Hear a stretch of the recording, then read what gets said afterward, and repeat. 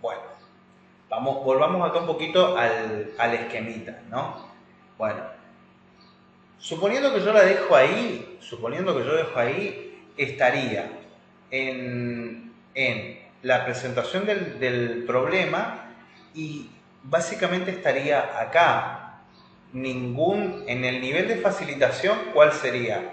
Claramente ninguno, porque yo dejo ahí el problema, se lo tiro al problema y después no le facilito una información, dejo que él la busque solo, que él razone de manera autónoma, ¿no?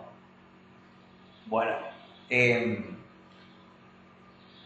bien, ¿qué proporción de información no le doy? Y también estaríamos bastante más en el extremo, porque fíjense que yo no le doy la información que él necesita para resolver el problema. No le doy la información de cuánto tiempo está una persona en promedio comprando, no le doy esa información, ni le digo dónde buscarla, no le facilito, porque estoy acá en facilitación, ninguna. Y también esto de que no le doy ninguna de las piezas faltantes, por lo tanto, faltan todas las piezas. Bueno.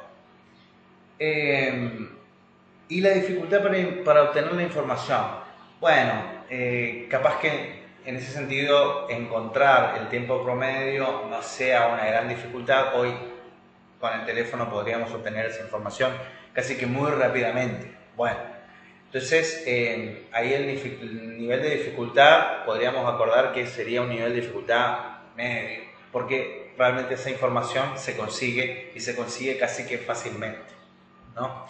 Y al ser un dato, un número, al ser cuantitativa, no ofrece un gran nivel de dificultad de procesar, porque es un número, un dato, básicamente es bastante sencillo.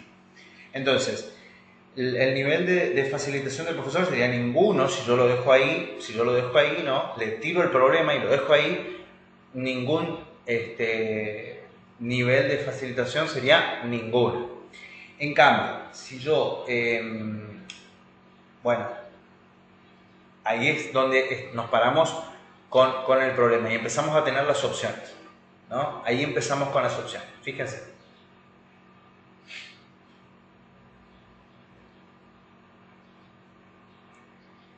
¿Qué pasa? Yo me doy cuenta de que acá el estudiante empieza a tener dificultades. Si yo no le facilito nada, muy probablemente consiga un nivel de bloqueo casi que directamente proporcional, ¿no? Porque sí que va a ser muy difícil que todos los alumnos puedan resolver de manera autónoma este problema proporcionándose por sí mismo todos los medios, ¿no? Que sería un ideal, pero sí es muy difícil, ¿no? Pero fíjense que acá yo puedo ir tomando distintas decisiones pedagógico-didácticas que tienen que ver con empezar a facilitar, ¿no? Primero le pongo el reto, pero después empiezo a dosificar distintos niveles de acceso a la información. Entonces ya empiezo, por ejemplo, por darle un dato que yo me estoy dando cuenta que el estudiante no puede lograr por sí solo, ¿no? Y veo si con ese dato que le aporto, ¿sí? Puede ser que le aporte el dato o por lo menos le diga dónde buscar, ¿no? Fíjense, porque yo bien que podría decirle dónde buscar. Miren, yo podría o darle una mini clase sobre el tema, primero generar el espacio para que el estudiante intente hacerlo por sí solo, no puede hacerlo, y entonces, fíjense, yo podría darle una mini clase, o bien un texto, en ese sentido, darle un texto, ¿sí? Brindarle un texto para que él lo lea. Luego, ¿qué podría hacer? leer el texto con ellos y razonar con ellos.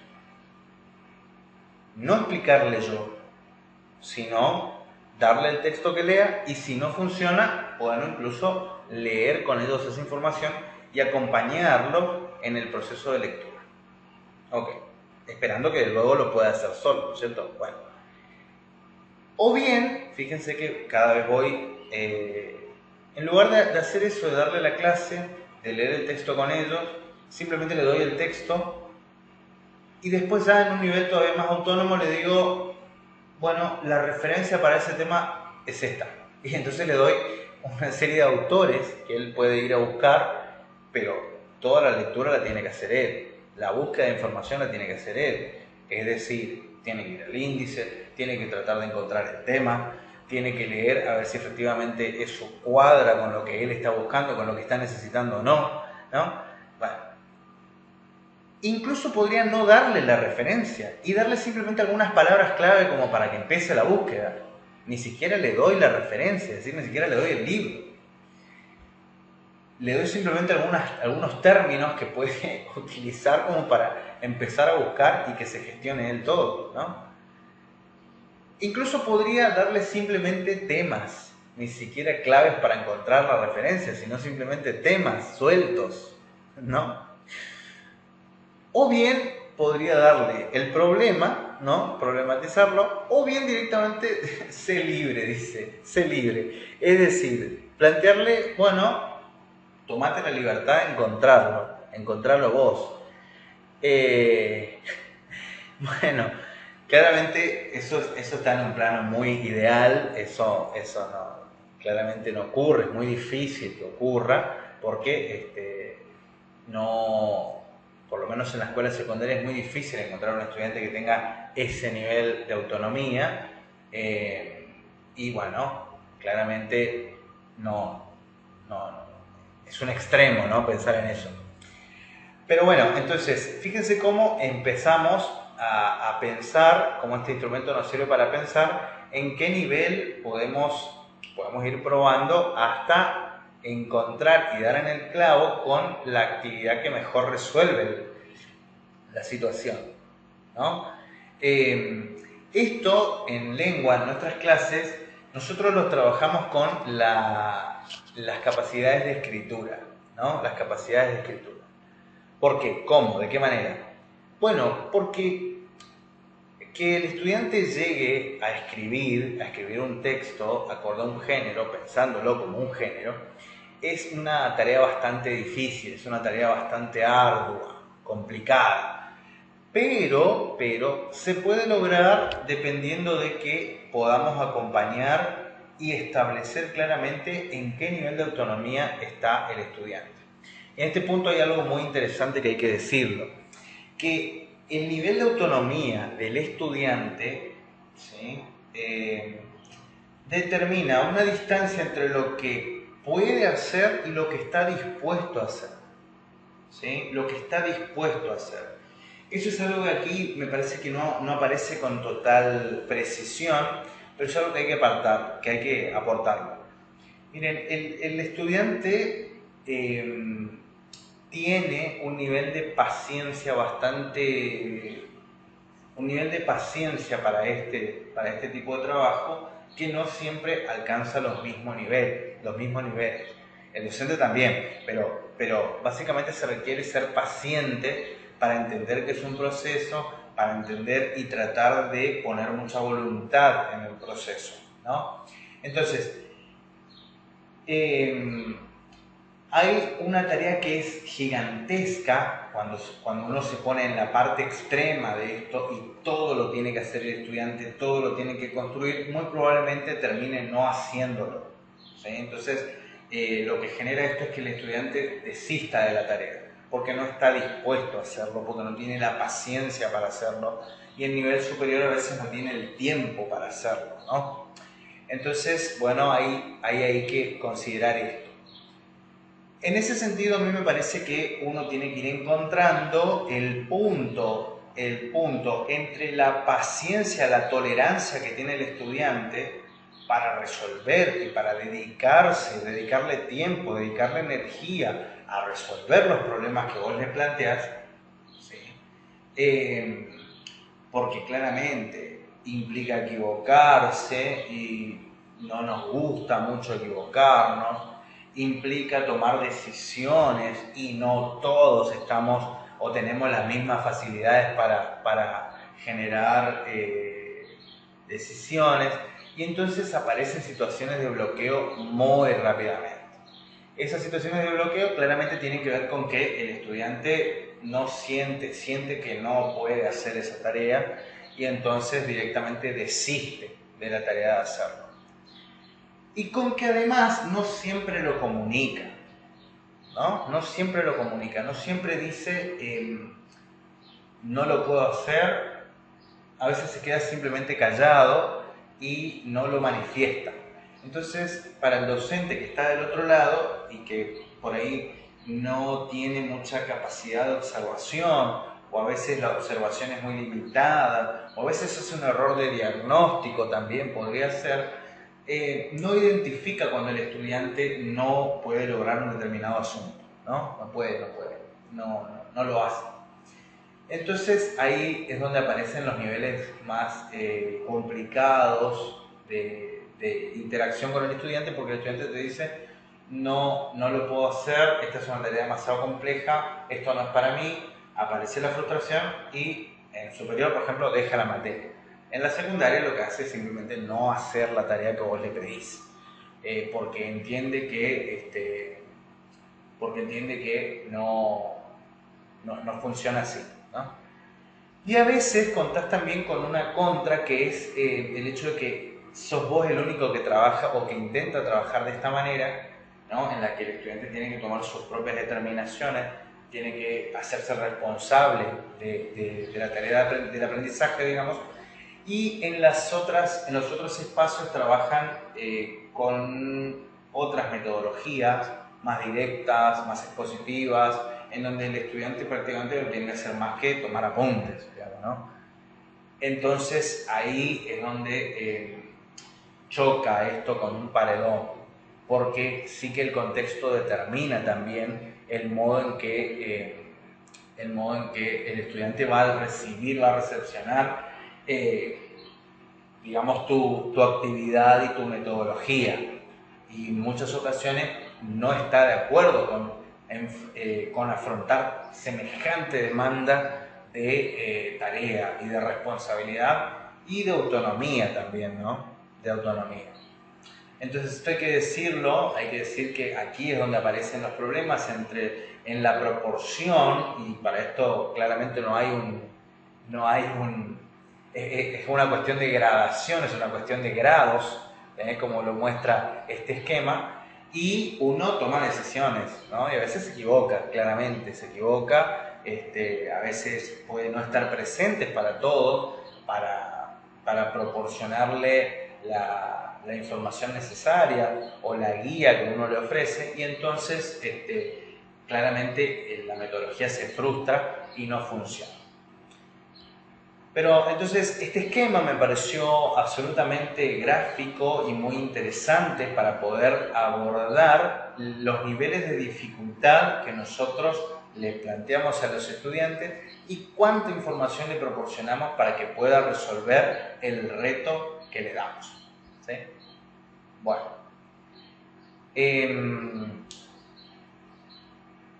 me parece que para ir cerrando esta cuestión, conviene repasar la parte final de este documento, ¿sí? Que tiene que ver con esto que les decía, ¿no? Bueno, fíjense, los niveles de independencia y dificultad, es un poco esto de lo que estamos charlando, ¿no? Fácil, todo explicado. Este cuadro creo que viene a explicar perfectamente lo que estamos diciendo, ¿no?